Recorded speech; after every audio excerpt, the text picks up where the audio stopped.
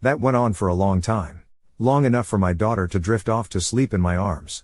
I just sat at the kitchen table waiting for her to finish. Finally she came out and sat down across from me. Her hands were swollen and red. Her face and arms were splattered with blood. Her chest was heaving. We just stared at each other without saying anything. After a while I asked her, "Is he dead?" She looked back at me and answered, "I fucking hope so," and quat. I nodded. That was all there was to say about that. I understood how she felt perfectly. I felt the same. I didn't know what to do, so we just sat there waiting silently. Eventually my wife started crying and went to go take a shower. I just stayed where I was holding our daughter. After a long while, I heard moaning and sobbing coming from our room. It turned out that my son wasn't dead.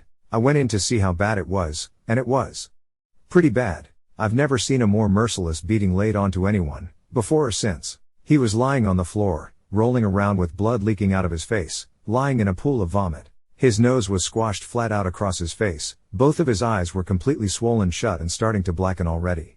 I could see that a couple of his fingers were bent out at weird angles and he had pissed his pants. I think he must have been missing teeth, but I couldn't see any on the floor and I couldn't see inside his mouth. His lips were all puffed up and swollen. From talking to my wife about it later, I know now that she had systematically beaten every part of his body, focusing heavily on his legs. She told me she kicked him in the groin repeatedly until her legs got tired, and had kept beating his body long after he had passed out. When my wife came out of the shower, I still didn't know what to do about our son.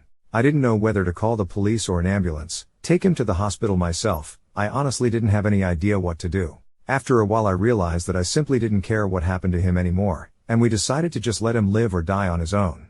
There was an in-law suite in the basement that we had never really used, and my wife, my daughter and I just moved down there. We simply ceded the top floor of the house to my son and locked everything down, separated our lives entirely. There was plenty of food in the upstairs cabinets, enough for a couple weeks or more. He had a washroom and bedrooms to use. We had a washroom in the basement, a small kitchenette, and a separate entrance, so we just stopped going upstairs. We just decided we were done with him. I figured we'd let his food run out and see what happened.